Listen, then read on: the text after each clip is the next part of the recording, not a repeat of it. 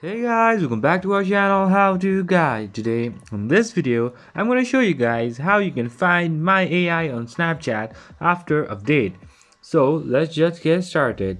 So firstly what you do is just go to your chats and then go to the search button over here. So just go with it and then what you do is just type my AI and then this my AI conversation will be prompt over there like this. Just go with it and then this is how you can find it. Now you can see you can type anything, you can text with it, you can like send snap, or you can send voice message or anything. So that's pretty much guys, that's how you do it.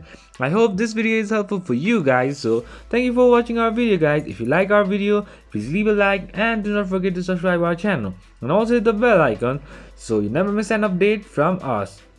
If you have any queries, just comment down below guys. I'll see you guys again in our next video. Till then, stay safe guys. Thank you for watching.